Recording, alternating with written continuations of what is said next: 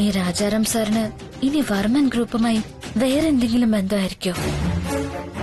അല്ലെങ്കിൽ രവി സാറിന്റെ ആരായിരിക്കും ഈ രാജാറാം സാറ്?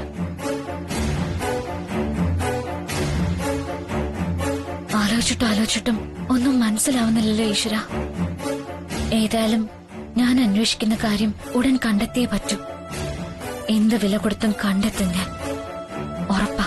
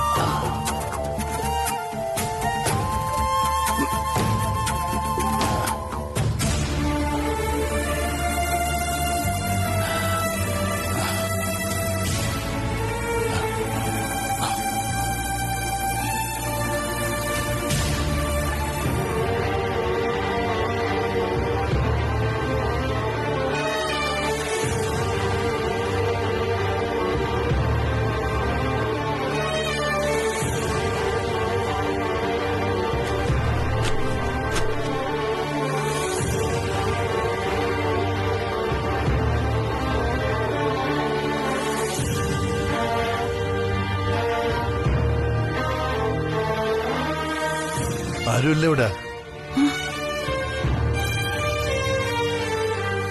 ശ്രീലക്ഷ്മി,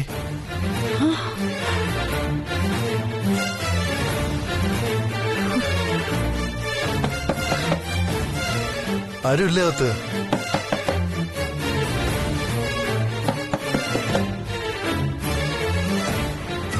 ആരുമില്ലേ? ഞാൻ രവിചന്ദ്രവർമ്മനാണ്. രവി സാറ്,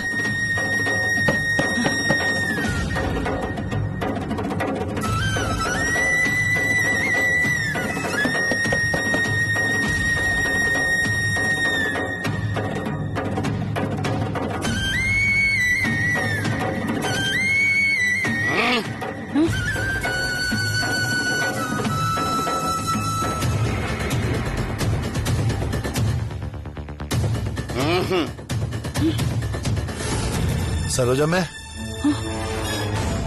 എനിക്ക് ശ്രീലക്ഷ്മിയുടെ അച്ഛനോടൊന്ന് സംസാരിക്കണമായിരുന്നു. ശ്രീലക്ഷ്മി, ഹലോ.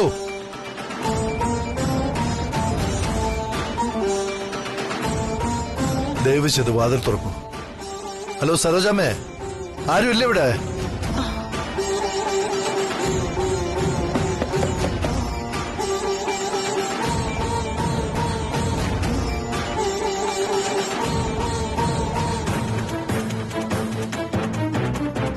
കാരണം ശ്രീലക്ഷ്മിയുടെ അച്ഛന്റെ മനസ്സൊരുപാട് വേദനിച്ചു എന്ന് എനിക്കറിയാം. അതിന് ക്ഷമ ചോദിക്കാനാണ് ഞാൻ വന്നത്.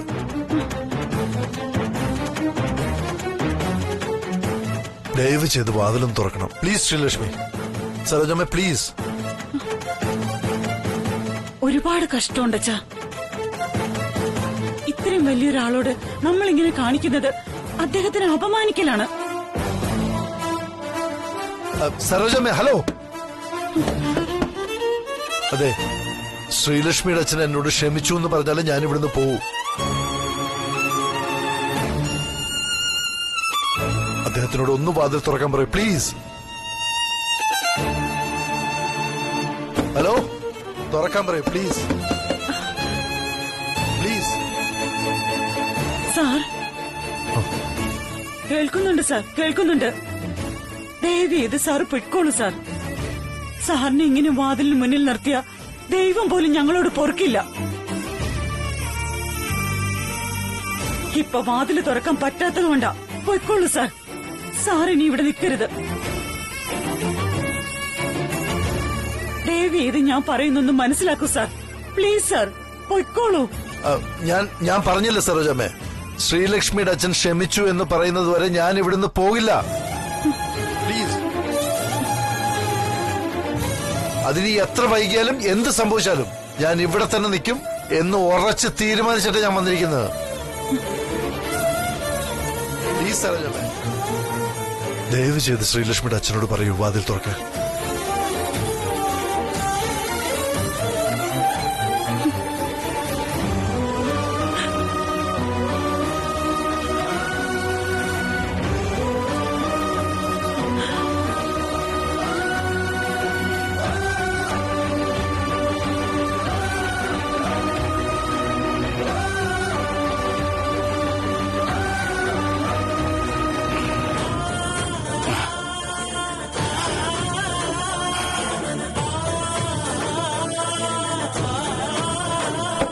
Sreelakshmi,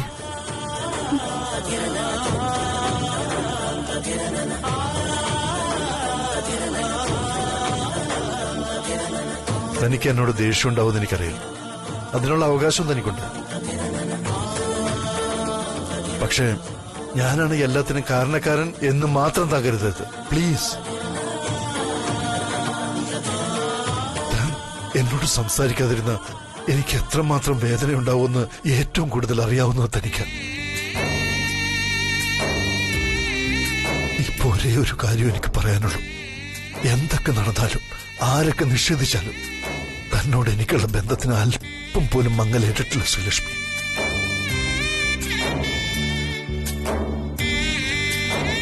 you still in my heart.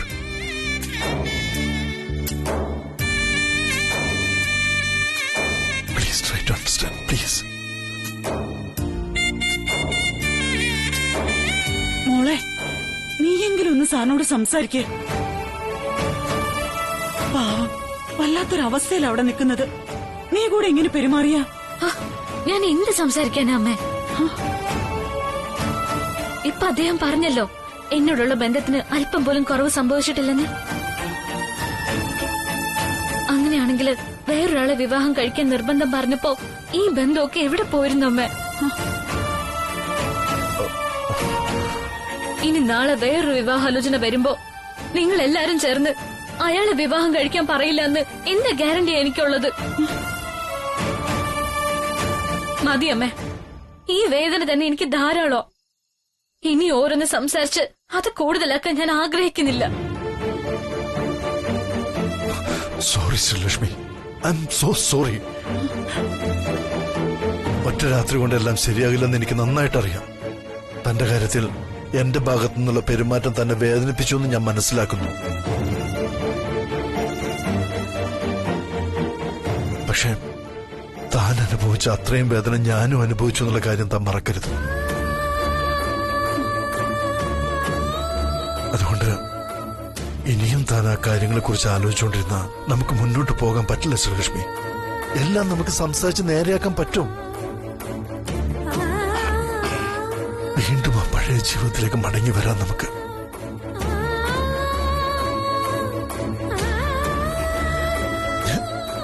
ഞാൻ വളരെ വേദനയോടെ പറഞ്ഞത് സച്ചിയെ വിവാഹം കഴിക്കാൻ, അല്ലാതെ സന്തോഷത്തോടെ അല്ല.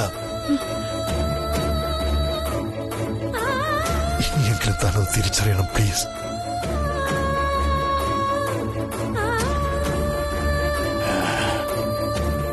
ഏതായാലും ഇനിയെങ്കിലും താനൊരു കാര്യം മനസ്സിലാക്കണം ശ്രീലക്ഷ്മി. എന്റെ മരണം വരെ എന്റെ മനസ്സിൽ തനിക്കല്ലാതെ വേറൊരാൾക്ക് സ്ഥാനം ഉണ്ടാകില്ല.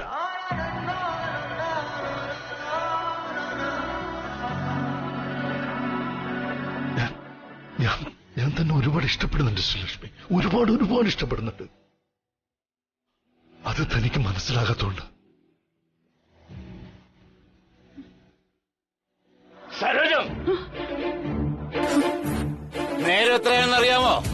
എന്തോന്ന് അവിടെ ഇത്ര പറയാനും കേൾക്കാനുള്ളത്? ബോധമില്ല ഒരെണ്ണത്തിനും. അയൽപക്കത്തൊക്കെ വീടുണ്ടെന്ന് അമ്മയും മോളും മനസ്സിലാക്കിയ നന്നായിരിക്കും. സാർ, ദയവ് ഇത് സാറ് ക്ഷമിക്കണം. നേരെ ഒരുപാടായി കഴിഞ്ഞു. സാറ് പൊയ്ക്കോളൂ സാർ, പ്ലീസ്. നോ സരോജമ്മ, ശ്രീലക്ഷ്മിയുടെ അച്ഛനോട് ക്ഷമ ചോദിക്കാതെ എനിക്ക് സമാധാനം കിട്ടില്ല.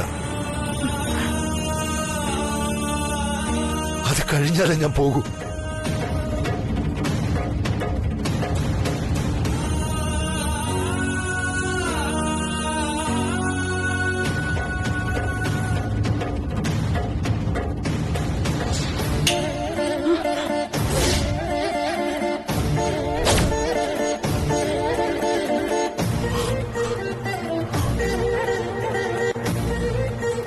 അകത്തേക്ക് കയറിപ്പോവാൻ.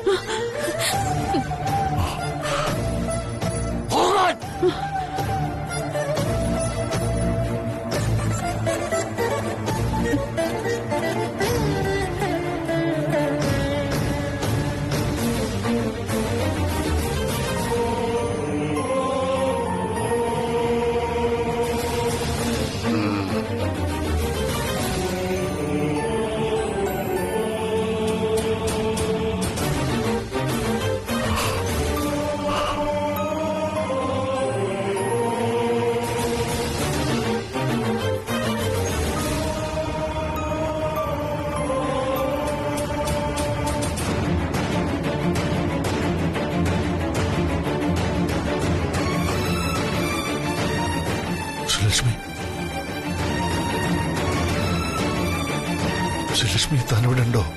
ഹലോ ശ്രീലക്ഷ്മി, ശ്രീലക്ഷ്മി, ശ്രീലക്ഷ്മി.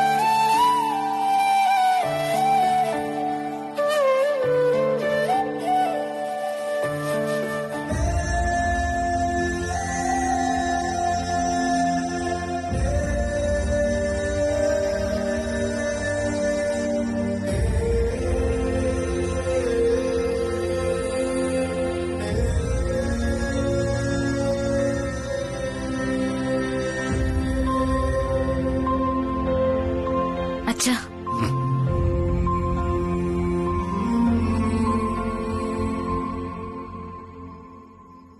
എന്താ മോളെ? എനിക്ക് അച്ഛൻ പോയിട്ട് വേറെ ആരും ഉള്ളൂ അച്ഛാ. ഇനി മുതല് അച്ഛന്റെ മനസ്സിനെ വേദനിപ്പിക്കുന്നതൊന്നും ഞാൻ ചെയ്യില്ല. അച്ഛൻ എന്നെ വിശ്വസിക്കണം.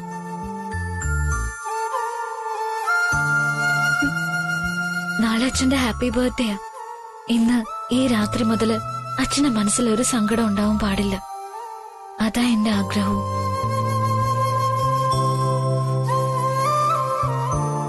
അതുകൊണ്ട് ഇതുവരെ നടന്നതെല്ലാം അച്ഛൻ മറക്കണം. രാവിലെ വളരെ സന്തോഷത്തോടെ വേണം എഴുന്നേൽക്കാൻ. താങ്ക് യു മോളെ. മോൾ ഉറങ്ങിക്കോ, അച്ഛനൊക്കെയാണ്. Good night. താങ്ക് യു അച്ഛ. Thanks a lot. അച്ഛനിപ്പോ മനസ്സ് നിറഞ്ഞ് എന്നെ മോളെന്ന് വിളിച്ചല്ലോ, എനിക്കത് മതി. ഒരു വലിയ സമ്മാനം കിട്ടിയ ആശ്വാസമായി എനിക്ക്. Thanks and good night.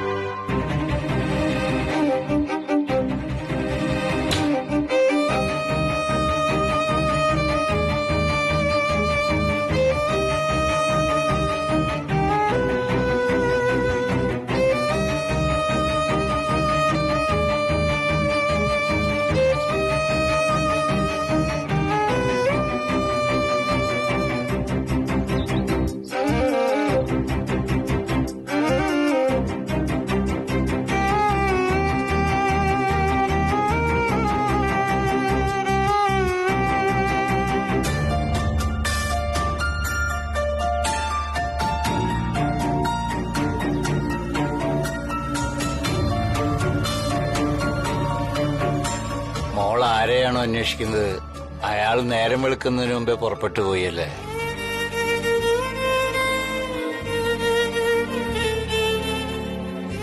കൊള്ളാം, എനിക്ക് ഇഷ്ടപ്പെട്ടു.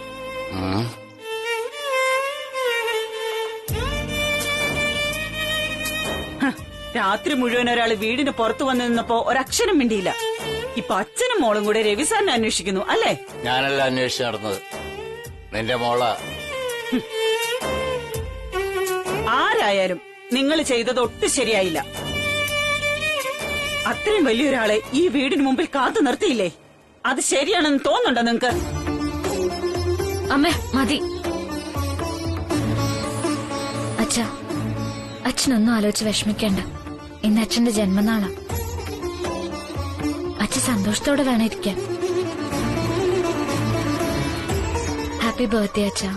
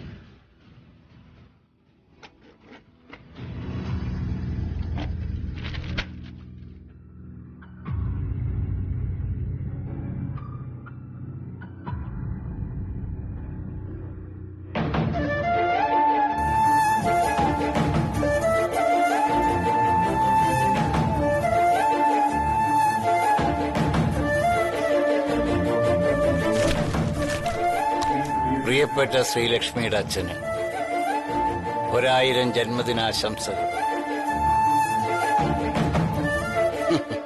താങ്കളെന്നും സന്തോഷത്തോടെ ഇരിക്കണം. പഴയതൊക്കെ മറക്കാൻ ഇന്നു മുതൽ ശ്രമിച്ചാൽ നന്നായിരിക്കും. ക്ഷേമാശംസകളോടെ രവിചന്ദ്രവർമ്മൻ.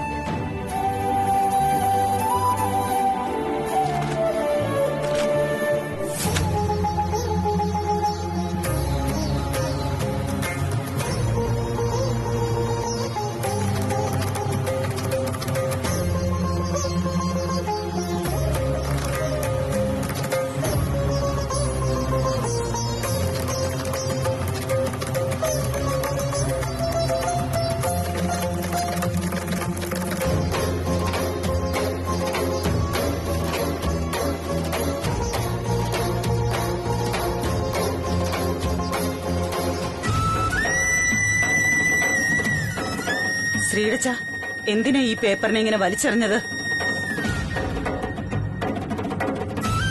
വീണ്ടും വീണ്ടും ഞാൻ പറയാ, രവിസാറിനോട് ഇങ്ങനെ പെരുമാറുന്ന ഒട്ടും ശരിയല്ല. തെറ്റ് ശ്രീരച്ചന്റെ ഭാഗത്താ. അച്ഛൻ തന്നെ വേണം അത് തിരുത്താൻ.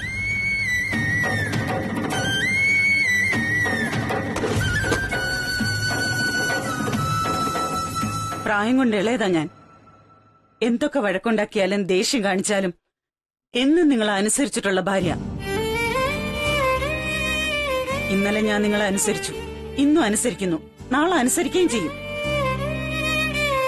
എന്നാലും ഉള്ളിൽ തോന്നുന്നത് മുഖത്ത് നോക്കി പറഞ്ഞാലേ എന്റെ മനസ്സടങ്ങും. രവിചന്ദ്രവർമ്മൻ എന്ന വ്യക്തി നമുക്കൊരിക്കലും അന്യനായിരുന്നില്ല. കോടീശ്വരനായിട്ടും നടയിൽ ഷൂസ് ഊരി വെപ്പിച്ചിട്ട് ഇവിടുത്തെ ഫ്രിഡ്ജ് നന്നാക്കാനാ ഞാൻ അദ്ദേഹത്തോട് ആദ്യം പറഞ്ഞത്. എന്റെ വിവരക്കേടിന് പുഞ്ചിരിയോടെ അനുസരിച്ചിട്ടേ ഉള്ളൂ ആ മനുഷ്യൻ. അതാണ് സ്വഭാവം. ആ പഞ്ചപാവം സ്വഭാവം കൊണ്ടാ പിന്നീട് നമ്മുടെ മോൾക്ക് അദ്ദേഹം ജോലി കൊടുത്തത്. ദീപവുമായിട്ട് അവൾക്ക് വിവാഹം ആലോചിച്ചപ്പോ ഈ വീട്ടുനടയിൽ എണ്ണപ്പാട്ടയും ചുമന്നുകൊണ്ടുവന്ന് നിന്നത്. നിങ്ങൾക്ക് സുഖമില്ലാതായപ്പോ അന്വേഷിച്ചു വന്നത്. പിന്നെയുണ്ട് പലതും. മറക്കാൻ പാടില്ല നമ്മളതൊന്നും. പക്ഷേ നിങ്ങളിപ്പോ മനഃപൂർവ്വം മറക്കുന്നതാണ്. എന്റെ അറിവിലും വിശ്വാസത്തിലും ആ മനുഷ്യൻ ഒരു തെറ്റേ ചെയ്തിട്ടുള്ളൂ. നമ്മുടെ മകളെ ഇഷ്ടപ്പെട്ടു പോയെന്ന തെറ്റ്. പക്ഷേ നിങ്ങളൊന്ന് നന്നായി ആലോചിച്ചാൽ മനസ്സിലാവും, ആ തെറ്റിന്റെ പകുതി ഉത്തരവാദിത്വം നമ്മുടെ മകൾക്കാണ്.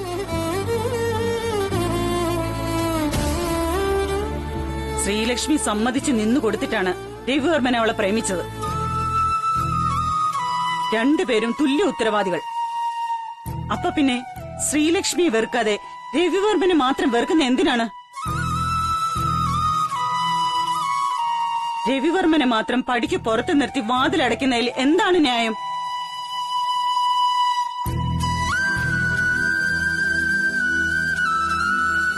ഉത്തരം പറയാൻ പറ്റുമോ ശ്രീടച്ചന്?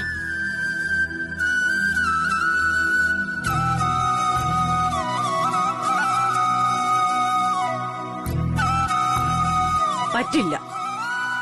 ഒരാൾ ഒരാളെ അളക്കുമ്പോ ഒരേ തുലാസ് ഉപയോഗിക്കണം ശ്രീടച്ച.